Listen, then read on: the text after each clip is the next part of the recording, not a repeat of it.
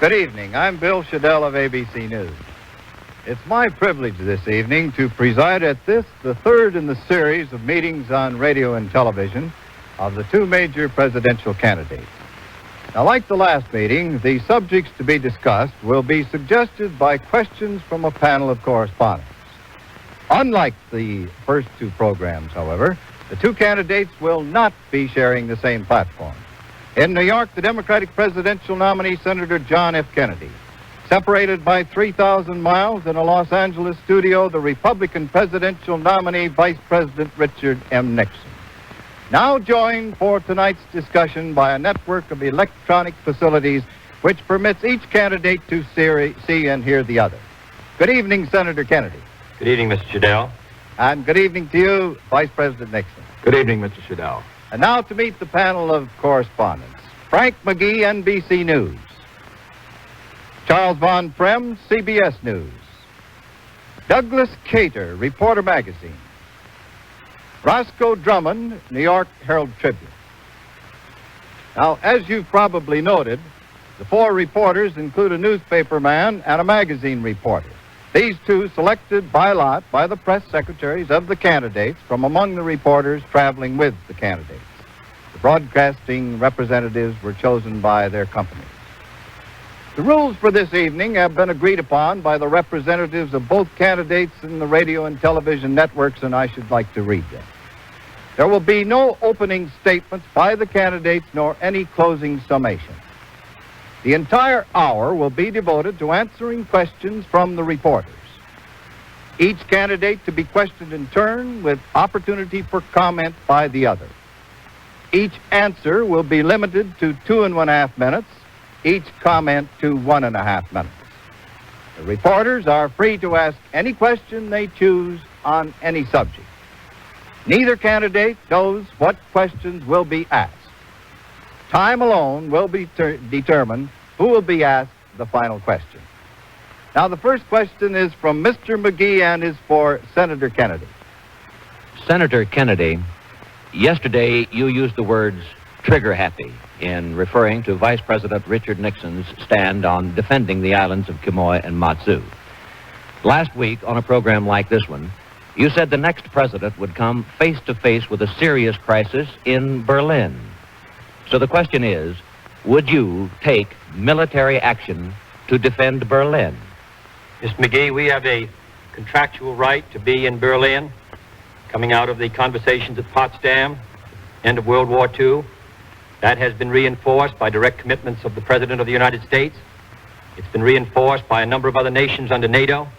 I have stated on many occasions that the United States must meet its commitment on Berlin. It is a commitment that we have to meet if we're going to protect the security of Western Europe. And therefore, on this question, I don't think that there is any doubt in the mind of any American. I hope there is not any doubt in the mind of any member of the community of West Berlin. I'm sure there isn't any doubt in the mind of the Russians. We will meet our commitments to maintain the freedom and independence of West Berlin. Mr. Vice President, do you wish to comment? Yes. As a matter of fact, the statement that Senator Kennedy made was that to the effect that there were trigger-happy Republicans, that my stand on Quemoy and Matsu was an indication of trigger-happy Republicans. I resent that comment. I resent it because it's an implication that Republicans have been trigger-happy and therefore would lead this nation into war. I would remind Senator Kennedy of the past 50 years. I would ask him to name one Republican president who led this nation into war. There were 3 Democratic presidents who led us into war. I do not mean by that one party is a war party and the other party is a peace party. But I do say that any statement to the effect that the Republican Party is trigger-happy is belied by the record. We had a war when we came into power in 1953. We got rid of that. We've kept out of other wars. And certainly that doesn't indicate that we're trigger-happy. We've been strong, but we haven't been trigger-happy. As far as Berlin is concerned, there isn't any question about the necessity of defending Berlin, the rights of people there to be free, and there isn't any question about what the united American people, Republicans and Democrats alike, would do in the event there were an attempt by the communists to take over in Berlin. The next question is by Mr. Von Frem for Vice President Nixon. Mr. Vice President, a two-part question concerning the offshore islands in the Formosa Straits. If you were president and the Chinese Communists tomorrow began an invasion of Quemoy and Matsu, would you launch the United States into a war by sending the 7th Fleet and other military forces to resist this aggression? And secondly, if the regular conventional forces fail to halt such an invasion, would you authorize the use of nuclear weapons? Mr. Von Frem, it would be completely irresponsible for a candidate for the presidency or for a president himself to indicate the course of action and the weapons he would use in the event of such an attack. I will say this. In the event that such an attack occurred, and in the event the attack was a prelude to an attack on Formosa, which would be the indication today, because the Chinese Communists say over and over again that their objective is not the offshore islands, that they consider them only stepping stones to taking Formosa. In the event that their attack then were a prelude to an attack on Formosa, there isn't any question but that the United States would then again, as in the case of Berlin, honor our treaty obligations and stand by our ally of Formosa. But to indicate in advance how we would respond, to indicate the nature of his response would be incorrect. It would certainly be inappropriate. It would not be in the best interest of the United States. I will only say this, however, in addition. To do what Senator Kennedy has suggested, to suggest that we will surrender these islands or force our Chinese nationalist allies to surrender them in advance, is not something that would lead to peace. It is something that would lead, in my opinion, to war. This is the history of dealing with dictators. This is something that Senator Kennedy and all Americans must know. We tried this with Hitler. It didn't work. He wanted first, we know, Austria, and then he went on to the Sudetenland and then Danzig, and each time it was thought this is all that he wanted. Now, what do the Chinese Communists want? They don't want just Quemoy and Matsu. They don't want just Formosa. They want the world. And the question is, if you surrender or indicate in advance that you're not going to defend any part of the free world, and you figure that's going to satisfy them, it doesn't satisfy them. It only whets their appetite. And then the question comes, when do you stop them? I've often heard President Eisenhower, in discussing this question, make the statement that if we once start the process of indicating that this point or that point is not the place to stop those who threaten the peace and freedom of the world, where do we stop them? And I say that those of us who stand against surrender of territory, this or any others, in the face of blackmail, in the face of force by the communists, are standing for the course that will lead to peace. Senator Kennedy, do you wish to comment? Yes, the United States now has a treaty, which I voted for in the United States Senate in 1955, to defend Formosa and the Pescadores Islands. The islands which Mr. Nixon is discussing are 5 or 4 miles, respectively, off the coast of China. Now, when Senator Green, the chairman of the Senate Foreign Relations Committee, wrote to the president, he received back on the 2nd of October 1958, neither you nor any other American need feel the U.S. will be involved in military hostilities merely in the defense of Quemoy and Matsu. Now, that is the issue. I believe we must meet our commitment to Formosa. I support it and the Pescadores Islands. That is the present American position. The treaty does not include these 2 islands. Mr. Nixon suggests that the United States should go to war if these 2 islands are attacked. I suggest that if Formosa is attacked, or the Pescadores, or if there's any military action in any area which indicates an attack on Formosa and the Pescadores, then of course the United States is at war to defend its treaty. Now, I must say what Mr. Nixon wants to do is commit us, as I understand him, so that we can be clear if there's a disagreement. He wants us to be committed to the defense of these islands, merely as the defense of these islands as free territory, not as part of the defense of Formosa.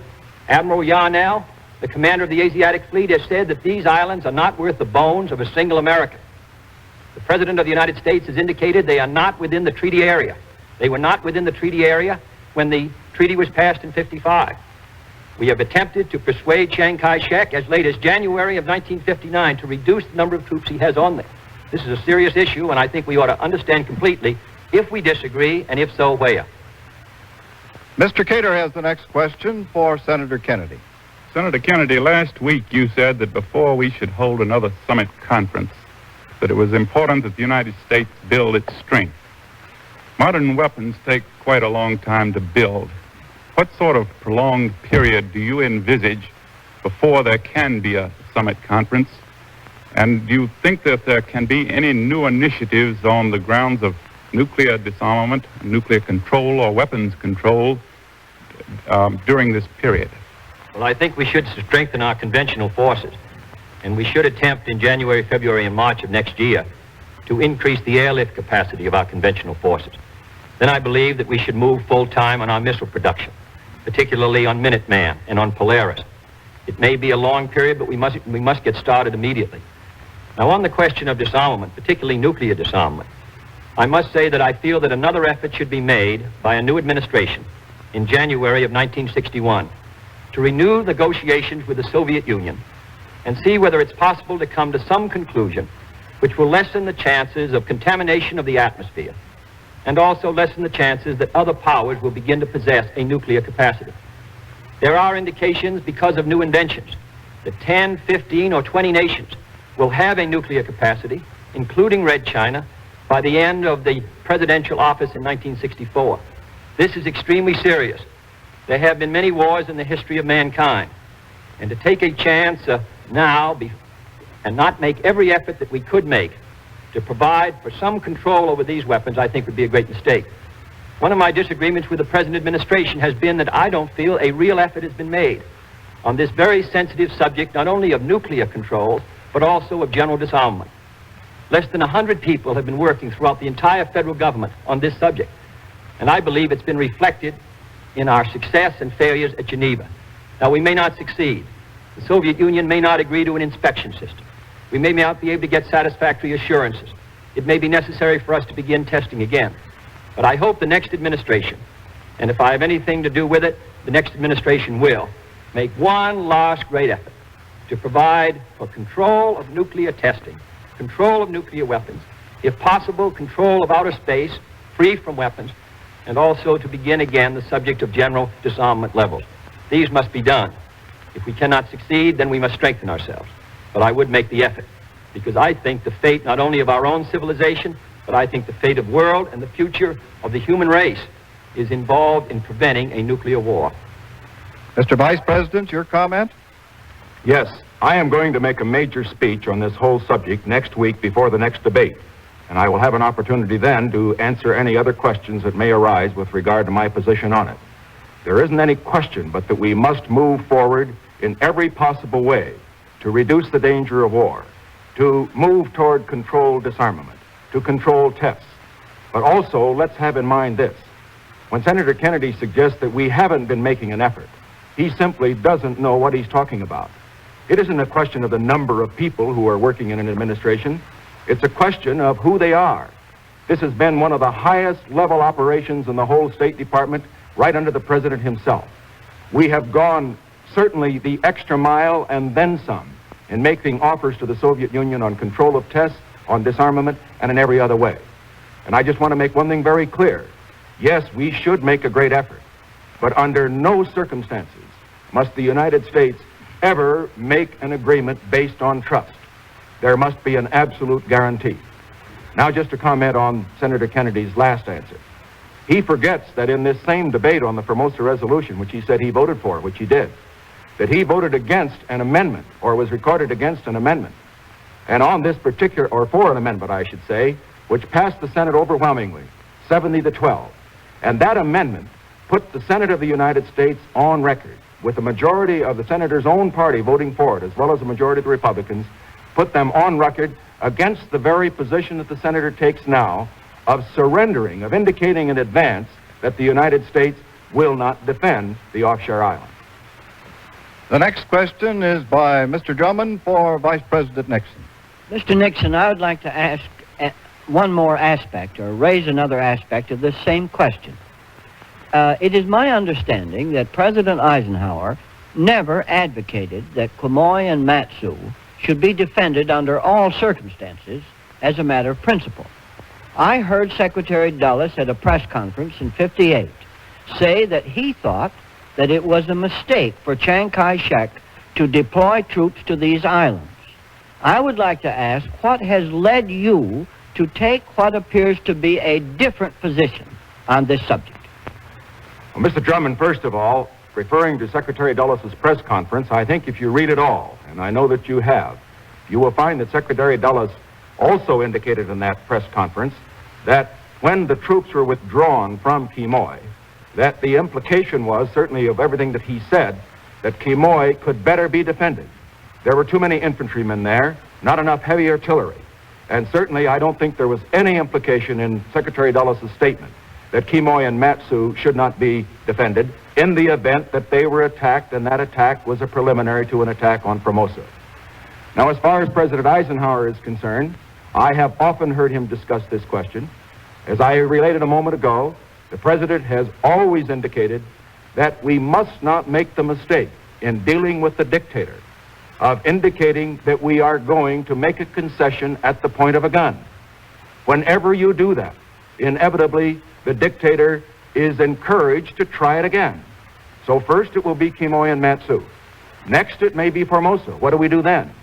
My point is this, that once you do this, follow this course of action, of indicating that you are not going to defend a particular area, the inevitable result is that it encourages a man who is determined to conquer the world to press you to the point of no return, and that means war. We went through this tragic experience leading to World War II.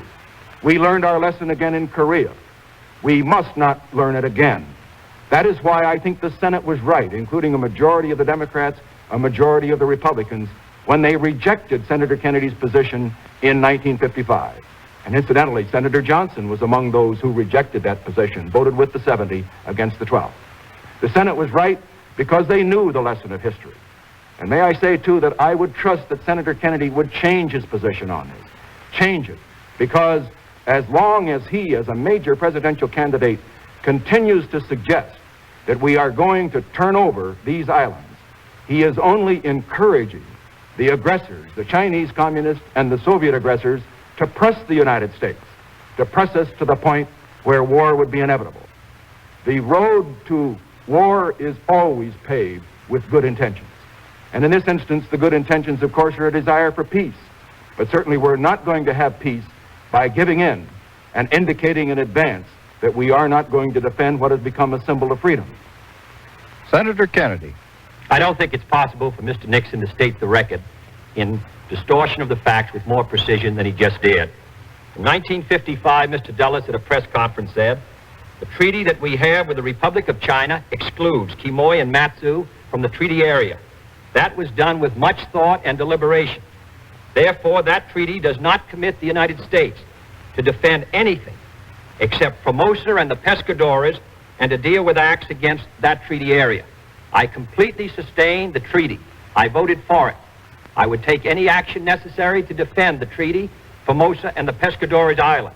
What we're now talking about is the Vice President's determination to guarantee Quemoy and Matsu, which are 4 and 5 miles off the coast of Red China, which are not within the treaty area. I do not suggest that Chiang Kai-shek and this administration has been attempting since 1955 to persuade Chiang Kai-shek to lessen his troop commitment. He sent a mission, the President, in 1955 of Mr. Robertson and Admiral Radford. General Twining said they were still doing it in 1959. General Ridgway said, who was Chief of Staff, to go to war for Quemoy and Matsu, to me would seem an unwarranted and tragic course to take. To me, that concept is completely repugnant. So I stand with them. I stand with the Secretary of State, Mr. Herter, who said these islands were indefensible. I believe that we should meet our commitments. And if the Chinese communists attack the Pescadores and Formosa, they know that it will mean a war. I would not hand over these islands under any point of gun. But I merely say that the treaty is quite precise, and I sustain the treaty. Mr. Nixon would add a guarantee to islands 5 miles off the coast of the Republic of China when he's never really protested the communists seizing Cuba 90 miles off the coast of the United States. Mr. Von Fremd has a question for Senator Kennedy. Senator Kennedy, I'd like to shift the conversation, if I may, to a domestic political argument. The chairman of the Republican National Committee, Senator Thurston Morton, declared earlier this week that you owed Vice President Nixon and the Republican Party a public apology for some strong charges made by former President Harry Truman, who bluntly suggested where the Vice President and the Republican Party could go. Do you feel that you owe the Vice President an apology? Well, I must say that Mr. Truman has his methods of expressing things. He's been in politics for 50 years. He's been President of the United States. Maybe not my style, but I really don't think there's anything that I can say to President Truman that's going to cause him at the age of 76 to change his particular speaking manner. Perhaps Mrs. Truman can, but I don't think I can. I just have to tell Mr. Morton that. If you'd pass that message on to him. Any comment, Mr. Vice President? Yes, I think so. Of course, both Senator Kennedy and I have felt Mr. Truman's ire, and consequently, I think he can speak with some feeling on this subject. I just do want to say one thing, however. We all have tempers. I have one. I'm sure Senator Kennedy has one. But when a man's President of the United States or a former president, he has an obligation not to lose his temper in public. One thing I've noted as I've traveled around the country are the tremendous number of children who come out to see the presidential candidates. I see mothers holding their babies up so that they can see a man who might be President of the United States. I know Senator Kennedy sees them too. It makes you realize that whoever is president is going to be a man that all the children of America will either look up to or will look down to. And I can only say that I am very proud that President Eisenhower restored dignity and decency and, frankly, good language to the conduct of the presidency of the United States. And I only hope that, should I win this election, that I could approach President Eisenhower in maintaining the dignity of the office, in seeing to it that whenever any mother or father talks to his child, he can look at the man in the White House, and whatever he may think of his policies, he will say, well, there is a man who maintains the kind of standards personally that I would want my child to follow. Mr. Cater's question is for Vice President Nixon. Mr. Vice President, I'd like to return just once more, if I may, to this area of dealing with the communists. Critics have claimed that on at least 3 occasions in recent years, on the sending of American troops to Indochina in 1954, on the matter of continuing the U-2 flights in May, and then on this definition of our commitment to the offshore island, that you have overstated the administration position, that you have taken a more bellicose position than President Eisenhower. Just 2 days ago, you said that you called on Senator Kennedy to serve notice to communist aggressors around the world that we're not going to retreat 1 inch more any place, whereas we did retreat from the Tachin Islands, or at least Chiang Kai-shek did. Would you say this was a valid criticism of your statement of foreign policy? Well, Mr. Cater, of course it's a criticism that is being made. I obviously don't think it's valid. I have supported the administration's position, and I think that that position has been correct. I think my position has been correct. As far as Indochina is concerned, I stated over and over again that it was essential during that period that the United States make it clear that we would not tolerate Indochina falling under communist domination. Now, as a result of our taking the strong stand that we did, the civil war there was ended. And today, at least in the south of Indochina, the communists have moved out, and we do have a strong, free bastion there. Now, looking to the U-2 flights, I would like to point out that I have been supporting the president's position throughout. I think the president was correct in ordering these flights. I think the president was correct, certainly, in his decision to continue the flights while the conference was going on. I noted, for example, in reading a particular discussion that Senator Kennedy had with Dave Garraway shortly after his statement about regrets, that he made the statement that he felt that these particular flights were ones that shouldn't have occurred right at that time. And the indication was, how would Mr. Khrushchev have felt if we had had a flight over how would we have felt if Mr. Khrushchev had a flight over the United States while he was visiting here? And the answer, of course, is that communist espionage goes on all the time. The answer is that the United States can't afford to have an espionage lag, or should I say an intelligence lag, any more than we can afford to have a missile lag. Now, referring to your question with regard to Quemoy and Matsu. What I object to here is the constant reference to surrendering these islands. Senator Kennedy quotes the record, which he read from a moment ago. But what he forgets to point out is that the key vote, a vote which I referred to several times, where he was in the minority, was one which rejected his position. Now, why did they reject it? For the very reason that those senators knew, as the President of the United States knew, that you should not indicate to the communists in advance that you're going to surrender an area that's free. Why? Because they know, as Senator Kennedy will have to know, that if you do that, you encourage them to more aggression. Senator Kennedy? Well, number one, on Indochina, Mr. Nixon talked before the newspaper editors in the spring of 1954 about putting, and I quote him, American boys into Indochina. The reason Indochina was preserved was a result of the Geneva Conference, which petitioned Indochina. Number two, on the question of the U-2 flights, I thought the U-2 flight in May, just before the conference, was a mistake in timing because of the hazards involved if the summit conference had any hope for success. I never criticized the U-2 flights in general, however. I never suggested espionage should stop. It still goes on, I would assume, on both sides. Number three, the Vice President on May 15th, after the U-2 flight, indicated that the flights were going on, even though the administration and the President had canceled the flights on May 12th. Number three, the Vice President suggests that we should keep the communists in doubt about whether we would fight on Quemoy Matsu. That's not the position he's taking. He's indicating that we should fight for these islands, come what may, because they are, in his words, in the area of freedom. He didn't take that position on Tibet. He didn't take that position on Budapest. He doesn't take that position that I've seen so far in Laos. Guinea and Ghana have both moved within the Soviet sphere of influence in foreign policy. So is Cuba. I merely say that the United States should meet its commitments to Formosa and the Pescadores. But as Admiral Yarnell has said, and he's been supported by most military authority, these islands that we're now talking about are not worth the bones of a single American soldier. And I know how difficult it is to sustain troops close to the shore under artillery bombardment. And therefore, I think we should make it very clear, the disagreement between Mr. Nixon and myself. He's extending the administration's commitment. Mr. Drummond's question is for Senator Kennedy.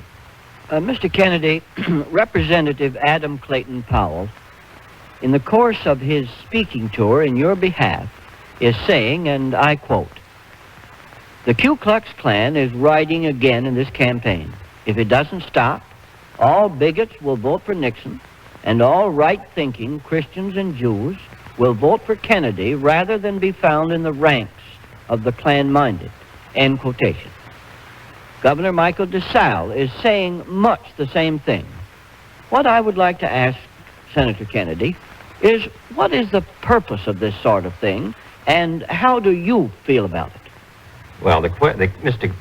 Griffin, I believe, who is the head of the Klan, who lives in Tampa, Florida, indicated in a statement, I think 2 or 3 weeks ago, that he was not going to vote for me, and that he was going to vote for Mr. Nixon. I do not suggest in any way, nor have I ever, that indicates that Mr. Nixon has the slightest sympathy, involvement, or in any way imply any inferences in regard to the Ku Klux Klan. That's absurd. I don't suggest that. I don't support it. I would disagree with it.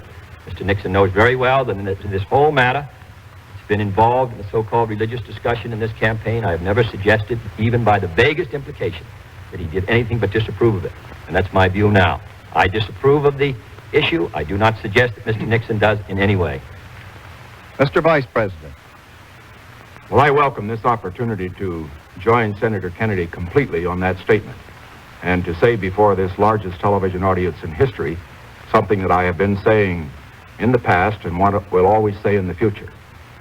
On our last television debate, I pointed out that it was my position that Americans must choose the best man that either party could produce. We can't settle for anything but the best. And that means, of course, the best man that this nation can produce. And that means that we can't have any test of religion. We can't have any test of race. It must be a test of the man. Also, as far as religion is concerned, I have seen communism abroad. I see what it does. Communism is the enemy of all religions. And we who do believe in God must join together. We must not be divided on this issue. The worst thing that I can think can happen in this campaign would be for it to be decided on religious issues. I obviously repudiate the Klan. I repudiate anybody who uses the religious issue. I will not tolerate it. I have ordered all of my people to have nothing to do with it. And I say to this great audience, whoever may be listening, remember, if you believe in America, if you want America to set the right example to the world, that we cannot have religious or racial prejudice. We cannot have it in our hearts, but we certainly cannot have it in a presidential campaign. Question for Vice President Nixon. Mr. Vice President, some of your early campaign literature said you were making a study to see if new laws were needed to protect the public against excessive use of power by labor unions. Have you decided whether such new laws are needed, and if so, what would they do? Mr. McGee, I am planning a speech on that subject next week, also so that we can get the opportunity for the questioners to question me. It will be before the next television debate. I will say simply in advance of it that I believe that in this area, the laws which should be passed, as far as the big national emergency strikes are concerned, are ones that will give the president more weapons with which to deal with those strikes. Now, I have a basic disagreement with Senator Kennedy, though, on this point. He has taken the position. He first indicated in October of last year that he would even favor compulsory arbitration as one of the weapons the president might have to stop a national emergency strike. I understand in his last speech before the Steelworkers Union that he changed that position and indicated that he felt that government seizure might be the best way to stop a strike which could not be settled by collective bargaining. I do not believe we should have either compulsory arbitration or seizure. I think the moment that you give to the union on the one side and the management on the other side the escape hatch of eventually going to government to get it settled, that most of these great strikes will end up being settled by government, and that will be in the end, in my opinion, wage control. It will mean price control, all the things that we do not want. I do believe, however, that we can give to the President of the United States powers in addition to what he presently has in the fact-finding area, which would enable him to be more effective than we have been in handling these strikes. One last point I should make. The record in handling them has been very good during this administration. We have had less man-hours lost by strikes in these last 7 years than we had in the previous 7 years by a great deal. And I only want to say that however good the record is, it's got to be better. Because in this critical year period of the 60s, we've got to move forward. All Americans must move forward together, and we have to get the greatest cooperation possible between labor and management. We cannot afford stoppages of massive effect on the economy when we're in the terrible competition we're in with the Soviets. Senator, your comment? Well, I always have difficulty recognizing my positions when they're stated by the Vice President. I never suggested that compulsory arbitration was a solution for national emergency disputes. I'm opposed to that. I was opposed to it in October 1958. I have suggested that the President should be given other weapons to protect the national interest in case of national emergency strikes beyond the injunction provision of the Taft-Hartley Act. I don't know what other weapons the Vice President is talking about. I'm talking about giving him 4 or 5 tools, not only the fact-finding committee that he now has under the injunction provision, not only the injunction, but also the power of the fact-finding commission to make recommendations, recommendations which would not be binding, but nevertheless would have great force of public opinion behind them. One of the additional powers that I would suggest would be seizure. There might be others. By the President having 5 powers, 4 or 5 powers, and he only has very limited powers today, neither the company nor the union would be sure which power would be used. And therefore, there would be a greater incentive on both sides to reach an agreement themselves without taking it to the government. The difficulty now is the President's course is quite limited. He can set up a fact-finding committee. The fact-finding committee's powers are limited. He can provide an injunction if there's a national emergency for 80 days. Then the strike can go on. And there are no other powers or actions that the President could take unless he went to the Congress. This is a difficult and sensitive matter. But to state my view precisely, the President should have a variety of things he could do.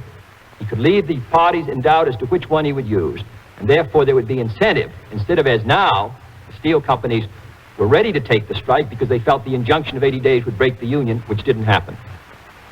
The next question is by Mr. Cater for Senator Kennedy. Mr. Kennedy, Vice President Nixon says that he has costed the two-party platforms and that yours would run at least $10 billion a year more than his. You have denied his figures. He has called on you to supply your figures. Would you do that? Yes, I have stated in both debates and state again that I believe in a balanced budget and have supported that concept during my 14 years in the Congress. The only two times when an unbalanced budget is warranted would be during a serious recession, and we had that in '58 in an unbalanced budget of $12 billion, or a national emergency where there should be large expenditures for national defense, which we had in World War II and during part of the Korean War. On the question of the cost of our budget, I have stated that it's my best judgment that our agricultural program will cost $1.5 billion, possibly $2 billion less than the present agricultural program. My judgment is that the program the Vice President put forward, which is an extension of Mr. Benson's program, will cost $1 billion more than the present program, which costs about $6 billion a year, the most expensive in history. We spent more money on agriculture in the last 8 years than the 100 years of the agricultural department before that. Secondly, I believe that the high interest rate policy that this administration has followed has added about $3 billion a year to interest on the debt, merely funding the debt, which is a burden on the taxpayers. I would hope under a different monetary policy it would be possible to reduce that interest rate burden, at least $1 billion. Third, I think it's possible to gain a $700 million to $1 billion through tax changes, which I believe would close up loopholes on dividend withholding, on expense accounts. Fourthly, I have suggested that the medical care for the aged and the bill which the Congress now has passed and the President signed, if fully implemented, would cost $1 billion on the Treasury out of the Treasury Fund and $1 billion by the state. The proposal that I have put forward, and which many of the members of my party support, is for medical care financed under Social Security, which would be financed under the Social Security tax system, which is less than 3 cents a day per person for medical care, doctors' bills, nurses, hospitals when they retire. It is actuarially sound. So in my judgment, we would spend more money in this administration on aid to education, we'd spend more money on housing, we'd spend more money, and I hope more wisely, on defense than this administration has done. But I believe that the next administration should work for a balanced budget, and that would be my intention. Mr. Nixon misstates my figures constantly, which is, of course, is right. But the fact of the matter is, here is where I stand, and I just want to have it on the public record. Mr. Vice President? Senator Kennedy has indicated on several occasions in this program tonight that I've been misstating his record and his figures. I will issue a white paper after this broadcast quoting exactly what he said on compulsory arbitration, for example, and the record will show that I have been correct. Now, as far as his figures are concerned here tonight, he again is engaging in this, what I would call mirror game of here it is and here it isn't. On the one hand, for example, he suggests that as far as his medical care program is concerned, that really isn't a problem because it's from Social Security. But Social Security is a tax. The people pay it. It comes right out of your paycheck. This doesn't mean that the people aren't going to be paying the bill. He also indicates, as far as his agricultural program is concerned, that he feels it will cost less than ours.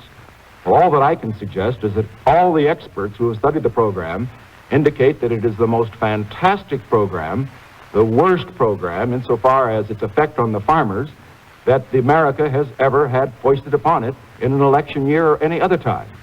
And I would also point out that Senator Kennedy left out a part of the cost of that program, a 25% rise in food prices that the people would have to pay. Now, are we going to have that when it isn't going to help the farmers? I don't think we should have that kind of a program. Then he goes on to say that he's going to change the interest rate situation and we're going to get some more money that way.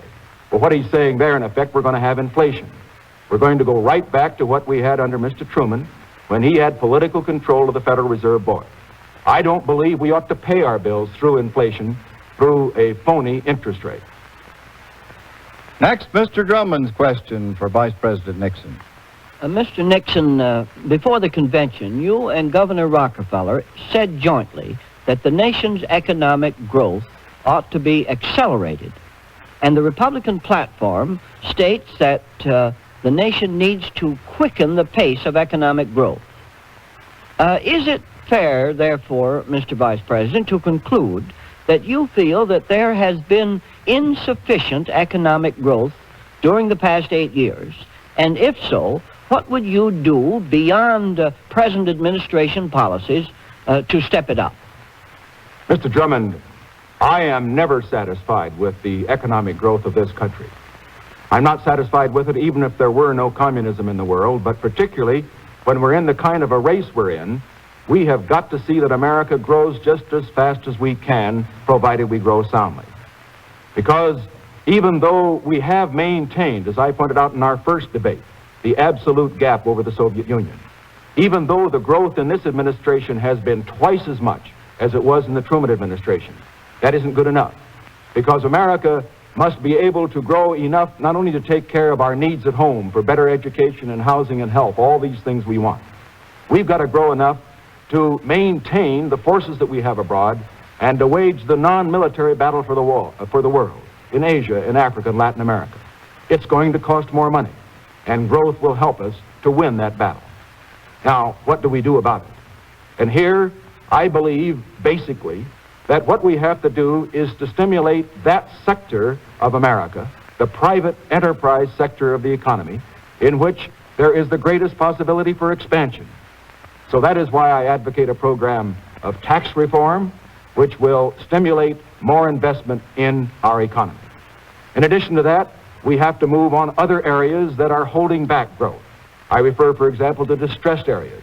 We have to move into those areas with programs so that we make adequate use of the resources of those areas.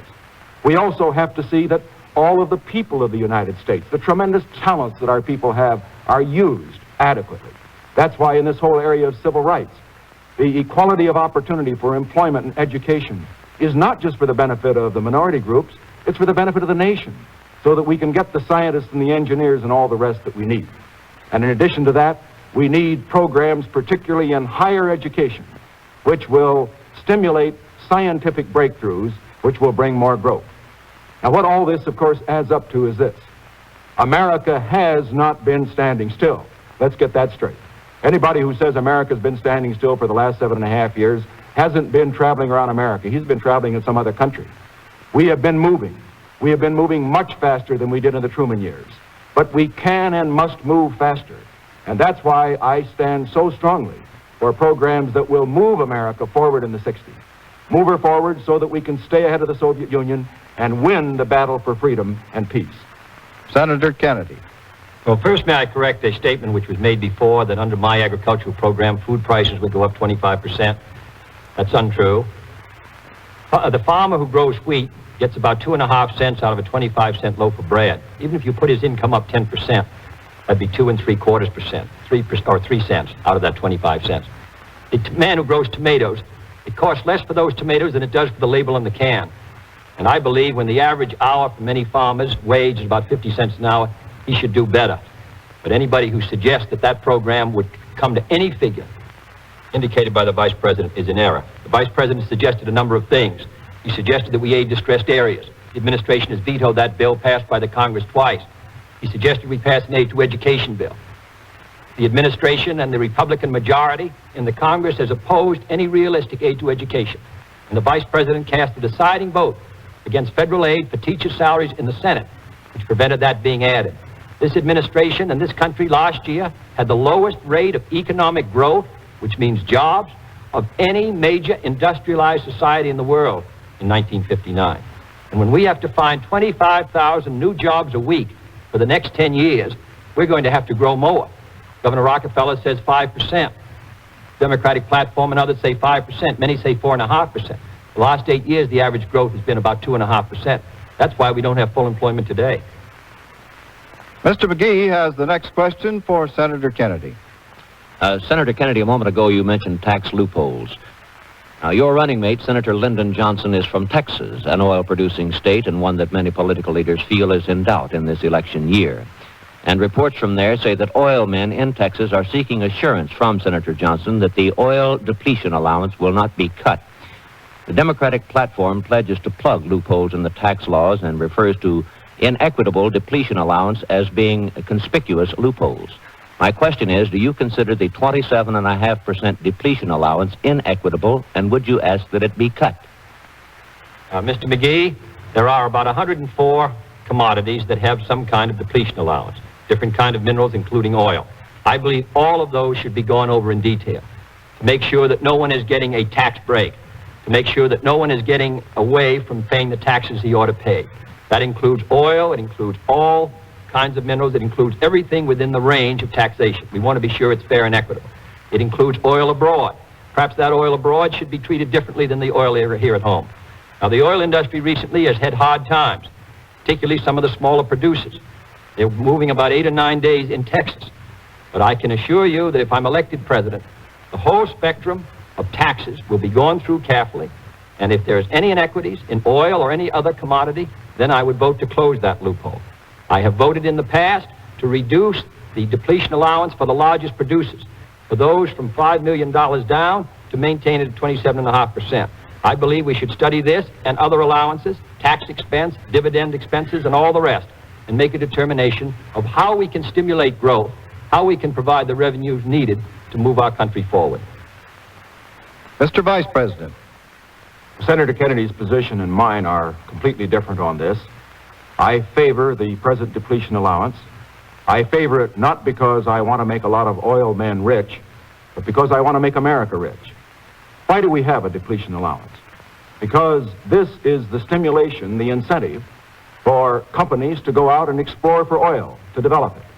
If we didn't have a depletion allowance of certainly, I believe, the present amount, we would have our oil exploration cut substantially in this country. Now, as far as my position then is concerned, it is exactly opposite to the senators, and it's because of my belief that if America is going to have the growth that he talks about and that I talk about and that we want, the thing to do is not to discourage individual enterprise, not to discourage people to go out and discover more oil and minerals, but to encourage them. And so he would be doing exactly the wrong thing. One other thing. He suggests that there are a number of other items in this whole depletion field that could be taken into account. He also said a moment ago that we would get more money to finance his programs by revising the tax laws, including depletion. I should point out that as far as depletion allowances are concerned, the oil depletion allowance is one that provides 80% of all of those involved in depletion. So you're not going to get much from revenue insofar as depletion allowances are concerned unless you move in the area that he indicated. But I oppose it. I oppose it for the reasons that I mentioned. I oppose it because I want us to have more oil exploration and not less. Gentlemen, if I may remind you, time is growing short, so please keep your questions and answers as brief as possible, consistent with clarity. Mr. Von Frem for Vice President Nixon. Mr. Vice President, in the past 3 years, there has been an exodus of more than $4 billion of gold from the United States, apparently for two reasons. Because exports have slumped and haven't covered imports, and because of increased American investments abroad. If you were president, how would you go about stopping this departure of gold from our shores? Well, Mr. Von Frem, the first thing we have to do is to continue to keep confidence abroad in the American dollar. That means that we must continue to have a balanced budget here at home in every possible circumstance that we can. Because the moment that we have loss of confidence in our own fiscal policies at home, it results in gold flowing out. Secondly, we have to increase our exports as compared with our imports. And here we have a very strong program going forward in the Department of Commerce. This one must be stepped up. Beyond that, as far as the gold supply is concerned, and as far as the movement of gold is concerned, we have to bear in mind that we must get more help from our allies abroad in this great venture in which all free men are involved of winning the battle for freedom. Now, America has been carrying a tremendous load in this respect. I think we have been right in carrying it. I have favored our programs abroad for economic assistance and for military assistance. But now we find that the countries of Europe, for example, that we have aided, and Japan that we've aided in the Far East, these countries, some are former enemies, some are friends, have now recovered completely. They have got to bear a greater share of this load of economic assistance abroad. That's why I am advocating and will develop during the course of the next administration, if of course I get the opportunity, a program in which we enlist more aid from these other countries on a concerted basis in the programs of economic development for Africa, Asia, and Latin America. The United States cannot continue to carry the major share of this burden by itself. We can care a big share of it, but we've got to have more help from our friends abroad, and these three factors, I think, will be very helpful in reversing the gold flow which you spoke about. Senator Kennedy. Just to correct the record, Mr. Nixon said on depletion that his record was the opposite of mine. What I said was that this matter should be thoroughly gone into to make sure that there aren't loopholes.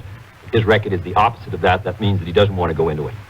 Now, on the question of the gold, the difficulty, of course, is that we do have heavy obligations abroad, that we've therefore had to maintain not only a favorable balance of trade, but also send a good deal of our dollars overseas to pay our troops, maintain our bases, and sustain other economies. In other words, if we're going to continue to maintain our position in the 60s, we have to maintain a sound monetary and fiscal policy. We have to have control over inflation. And we also have to have a favorable balance of trade. We have to be able to compete in the world market. We have to be able to sell abroad more than we consume from abroad if we're going to be able to meet our obligations. In addition, many of the countries around the world still keep restrictions against our goods, going all the way back to the days when there was a dollar shortage. Now there isn't a dollar shortage, and yet many of these countries continue to move against our goods. I believe that we must be able to compete in the market, steel and in all the basic commodities abroad. We must be able to compete against them because we always did because of our technological lead. We have to be sure to maintain that.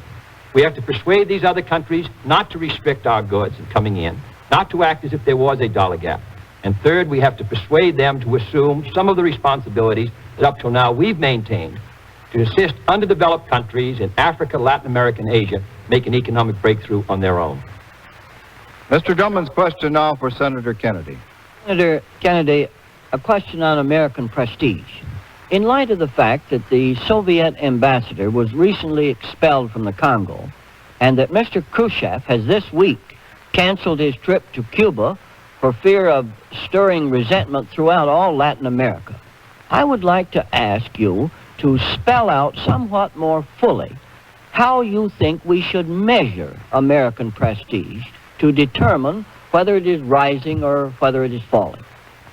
Well, I think there are many tests, Mr. Drummond, of prestige. And the significance of prestige, really, is because we're so identified with the cause of freedom. Therefore, if we're on the mount, if we're rising, if our influence is spreading, if our prestige is spreading, then those who stand now on the razor edge of decision between us or between the communist system, wondering whether they should use the system of freedom to develop their countries or the system of communism, they'll be persuaded to follow our example. There have been several indications that our prestige is not as high as it once was. Mr. George Allen, the head of our information service, said that a result of our being second in space in the Sputnik in 1957, and I quote him, I believe, I paraphrase him accurately, he said that many of these countries equate space developments with scientific productivity and scientific advancement. And therefore, he said, many of these countries now feel that the Soviet Union, which was once so backward, is now on a par with the United States. Secondly, the economic growth of the Soviet Union is greater than ours. Mr. Dulles has suggested it's from 2 to 3 times as great as ours. This has a great effect on the underdeveloped world, which faces problems of low income and high population density and inadequate resources. 3, a Gallup poll taken in February asked people in 10 countries which country they thought would be first in 1970, both scientifically and militarily. And a majority in every country except Greece felt that it would be the Soviet Union by 1970. 4, in the votes at the UN, particularly the vote dealing with Red China last Saturday, we received the support on the position that we had taken of only 2 African countries. One, Liberia, which had been tied to us for more than a century, and the other, Union of South Africa, which is not a popular country in Africa. Every other African country either abstained or voted against us. More countries voted against us in Asia on this issue than voted with us. On the neutralist resolution, which we were so much opposed to, the same thing happened. The candidate who was a candidate for the president of Brazil took a trip to Cuba to call on Mr. Castro during the election in order to get the benefit of the Castro supporters within Brazil. There are many indications. Guinea and Ghana, 2 independent countries within the last 3 years. Guinea in 57, Ghana within the last 18 months, both now are supporting the Soviet foreign policy at the UN. Mr. Herter said so himself. Laos is moving in that direction. So I would say our prestige is not so high. No longer do we give the image of being on the rise. no longer do we give an image of vitality. Mr. Vice President. I would say, first of all, that Senator Kennedy's statement that he just made is not going to help our Gallup polls abroad, and it isn't going to help our prestige either. Let's look at the other side of the coin. Let's look at the vote in the Congo. The vote was 70-0 against the Soviet Union. Let's look at the situation with regard to economic growth as it really is. We find that the Soviet Union is a very primitive economy. Its growth rate is not what counts. It's whether it is catching up with us, and it is not catching up with us. We're well ahead, and we can stay ahead, provided we have confidence in America and don't run her down in order to build her up. We could look also at other items which Senator Kennedy has named, but I will only conclude by saying this. In this whole matter of prestige, in the final analysis, it's whether you stand for what's right. And getting back to this matter that we discussed at the outset, the matter of Quemoy and Matsu, I can think of nothing that will be a greater blow to the prestige of the United States among the free nations in Asia than for us to take Senator Kennedy's advice that will go against what a majority of the members of the Senate, both Democrat and Republican, did and said in 1955, and to say in advance, we will surrender an area to the communists. In other words, if the United States is going to maintain its strength and its prestige, we must not only be strong militarily and economically, we must be firm diplomatically. And certainly, we have been speaking, I know, of whether we should have retreat or defeat. Let's remember that the way to win is not to retreat and not to surrender. Thank you, gentlemen. As we mentioned at the opening of this program, the candidates agreed that the clock alone would determine who had the last word. The two candidates wish to thank the networks for the opportunity to appear for this discussion. I would repeat the ground rules likewise agreed upon by representatives of the two candidates and the radio and television networks. The entire hour was devoted to answering questions from the reporters. Each candidate was questioned in turn, and each had the opportunity to comment on the answer of his opponent. The reporters were free to ask any question on any subject. Neither candidate was given any advance information on any question that would be asked. Those were the conditions agreed upon for this third meeting of the candidates tonight. Now, I might add that also agreed upon was the fact that when the hour got down to the last few minutes, if there was not sufficient time left for another question and suitable time for answer and comment, the questioning would end at that point. That is the situation at this moment. And after reviewing the rules for this evening, I might use the remaining few moments of the hour to tell you something about the other arrangements for this debate with the participants a continent apart. I would emphasize first that each candidate was in a studio alone except for 3 photographers and 3 reporters of the press and the television technicians. Those studios identical in every detail of lighting, background, physical equipment, even to the paint used in decorating. We newsmen in a third studio have also experienced a somewhat similar isolation. Now, I would remind you the 4th in the series of these historic joint appearances scheduled for Friday, October 21st.